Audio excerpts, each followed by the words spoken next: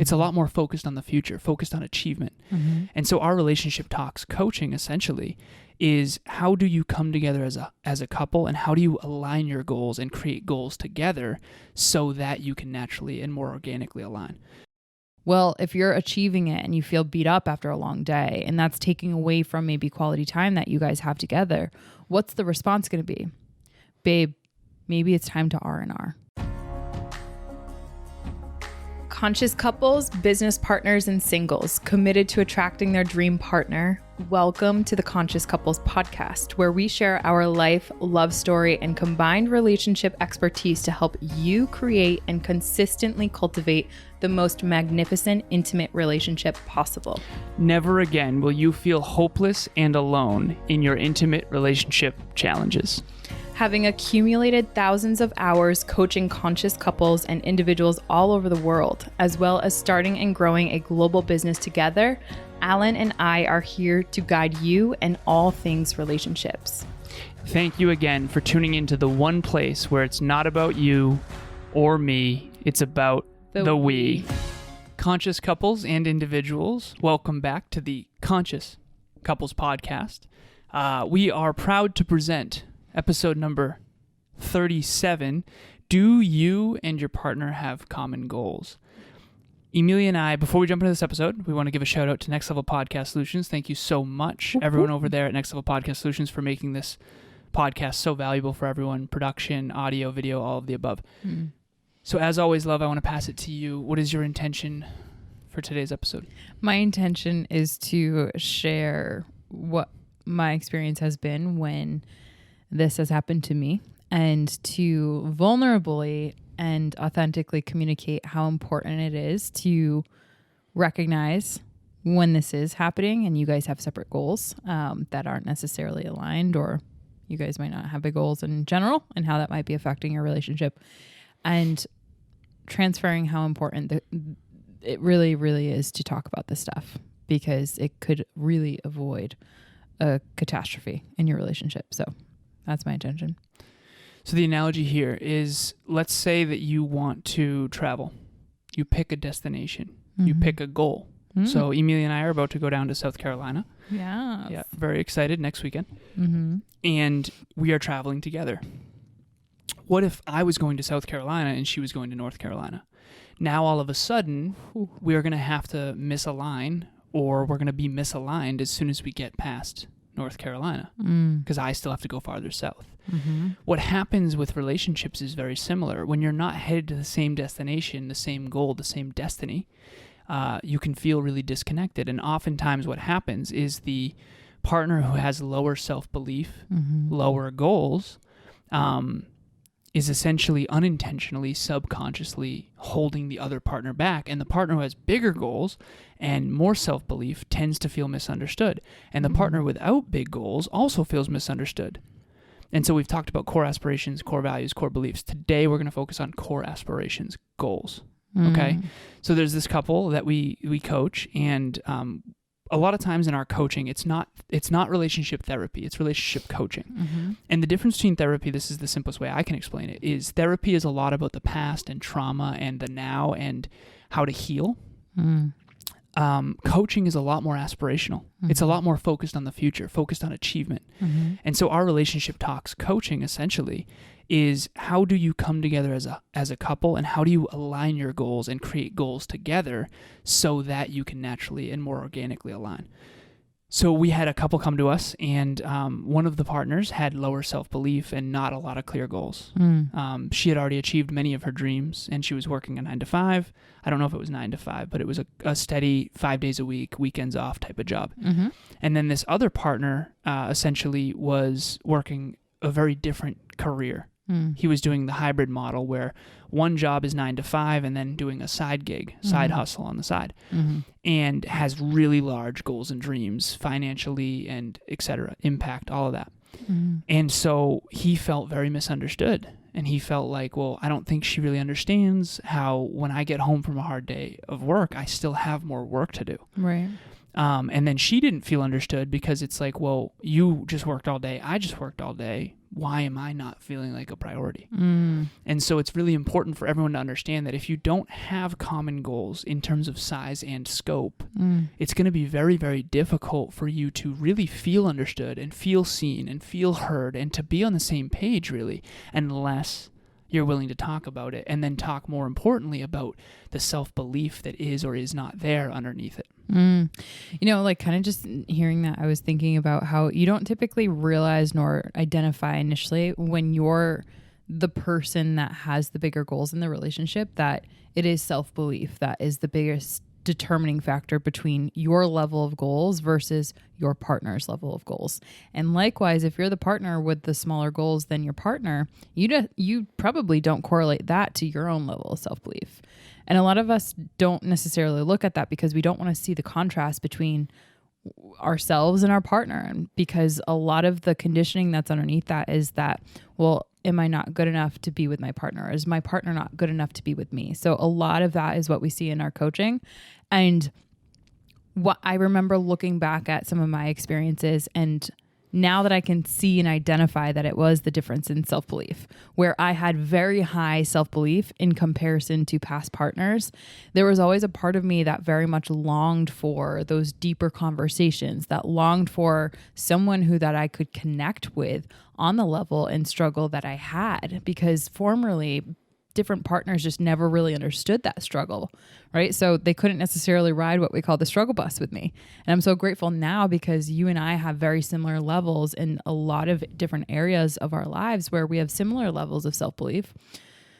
And as a result, we're able to join the struggle bus together. But just like that partner, like I didn't necessarily have time to hang out with my partners after the day was done, quote unquote, after they finished up their job. Because for me, with someone who has huge goals and dreams, to an extent where some people would call me crazy, it's like some people have, and many people will, and I'm okay with that. Same with me. There's no stopping point. There's no resting moment. There's definitely an importance to the R&R component, but when it comes to that delta, it's like that's really important to be able to share with your partner. And if you are the partner that has maybe the smaller goals, babe, what would you say is the biggest thing when it comes to that delta? Instead of running away from it, what do people need to do in this capacity? Because I know that you and I have run into this experience many times, and from our clients have seen time and time again. Again, hindsight's 20/20. Looking back at my past, particularly in my 20s, I didn't realize that self-belief was the root difference. If someone has level 10 self-belief, they're going to have level 10 goals. If they have level 10 goals, they're going to have level 10 standards, at least in that arena. And it can be really, and struggles, right? And they're going to constantly be humbled time and time again. Because when you have massive goals, for those of you who might not, although I'm assuming if you're listening to this podcast, you probably do, at least in the relationship arena, when you have massive goals, you just eat humble pie constantly. Get beaten up. And so that's my answer. You get beaten up. You really do, right? And if you want to be a world-class fighter, you're going to get beaten up all along the way. You want to be a world-class chess master, you're going to lose chess all the time. You want to be an Olympic snowboarder, you're going to fall down constantly, right? You're going to get bumps and bruises and concussions and all the nine. And so having large goals will keep you humble. And if you don't have large goals, I'm writing an article about this right now, actually. If you don't have large goals and you don't have the necessity to fail forward towards those goals, you're going to actually have an inflated view of self unintentionally because you're not constantly eating that humble pie. And so to answer your original question, if one of the partners out there watching or listening to this feels like they're on that end of the spectrum of like, oh, okay, maybe I don't have as high a self-belief as my partner. Okay, humility. Be a student. Learn from your partner. Go get a coach. Learn from us. Listen to more podcasts. Read more books. Why would someone work on self-belief if they think they have it? Hi, everybody. I wanted to jump on here and talk about the Conscious Couple podcast that I've been listening to for a while now, and I absolutely love, whether you're single, in a relationship, or not, this is the podcast for you. I mean, think about it. If you're not in a relationship, look at it like building a house. If you were going to build a house, wouldn't you get the instructions, figure it out, look it over, start practicing some of the little things so that once you start doing it, it's going to be the best house that you ever built? Or if you're in the house already and there's issues that are going on with it, aren't you going to try and fix them? Or think about it while you're building the house and the base layer, there's some issues there. Don't you want to correct those and fix them before you work on the rest of it? Have a great day, guys. Awesome podcast. People who think they have high self-belief when they actually don't, and it's mostly ego, that's the danger zone. I know some people who have very high self-belief, very high goals, who are like, yeah, I don't even think I have that much self-belief. It's like, trust me, I coach a lot of people all over the world. Yours is very, very high. And by the way, some people fake it, and this is the problem. Here's the question for our listeners. Why would someone with level quote-unquote 10 self-belief, because that's the way they act, have level 2 goals?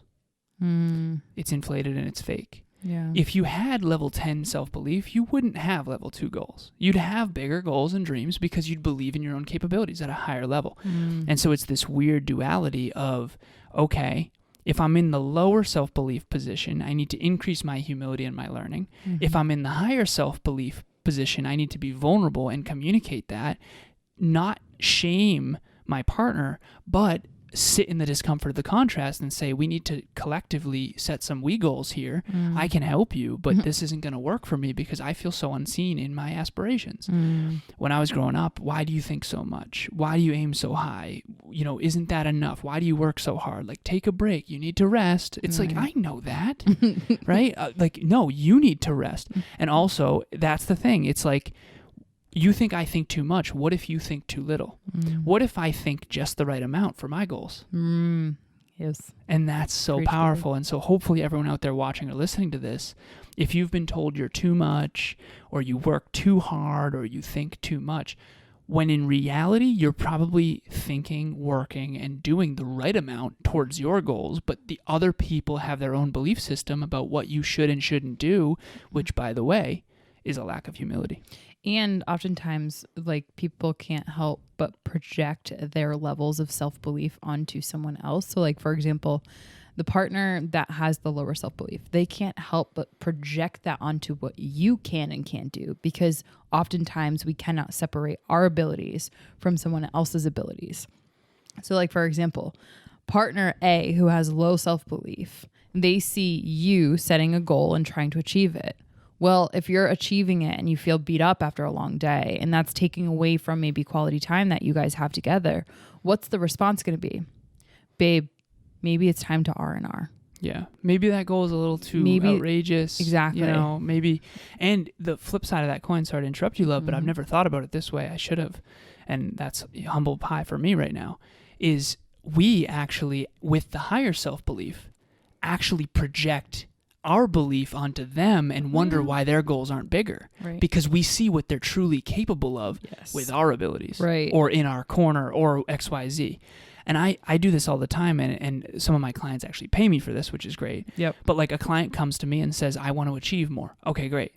You're actually capable of a lot more than you think, and we got to up the ante here. But let me teach you and help you do it, because I know how to do it, because I went and learned how to do it myself, because I had those size of goals long ago. AKA, you're transferring your self-belief onto clients. Exactly. But if I transfer my own abilities and my own self-belief and my own grit and my own work ethic onto them, then I'm going to presuppose that they want to achieve or should achieve goals of the same size and scope of mine, which is also not true. Right. And I think happens in partnerships all the time. All the time. It happens in business partnerships, it happens in friendships, family relationships, and it happens in intimate relationships. And so I'm not here to tell Emilia how big or not she should shoot.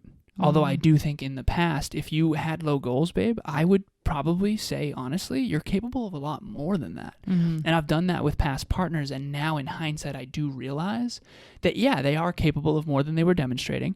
But I'm probably projecting my own self-belief and my own capabilities at least a little bit onto them. Yes. So if you're out there watching or listening to this, let's all eat humble pie together. And let's which side of this spectrum are you on? Or do you and your partner have perfectly equal goals and perfectly self-belief, aka nobody. Not the case. So which side of this are you on? And at very least, hopefully you can sit down with your partner and discuss this and have a deep talk. I think the feedback I've gotten about this podcast from so many clients and different people, listeners, is I had a great discussion with my partner about that. And so hopefully this can spark something in you, listener, and you can bring this to your intimate partner, and you can either listen with your intimate partner or just spark a conversation. Hey, I was listening to the Conscious Couples podcast with Alan Lazaros and Emilia Smith. Oh my God, it was amazing. I'm joking. But it was about this topic of, do you have common goals? And honestly, I just realized maybe we don't have the same size scope of goals. And maybe that's actually part of our challenge. And it was about self-belief. Do you feel like you have high self-belief? Start the conversation from a vulnerable place that's not attacking or presupposing, but from an open-minded place of, trying to connect. Huge. So with that, if you're someone that happens to struggle in this and you don't feel seen or heard or understood, I think to that end, to kind of sum this up, talk about it.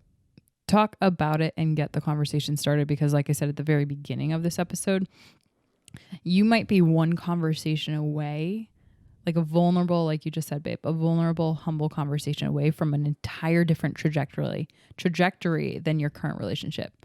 I know from me in my past, I didn't have the courage to have those conversations, and that lack of courage actually drove our relationship apart and ultimately ended those relationships. It started small, as a very small divide, and that divide was this topic that we're talking about today. So for each one of you out there, you are just one conversation away, not from a divide, but actually growing together, not apart. So that's hopefully what we were able to share with you today.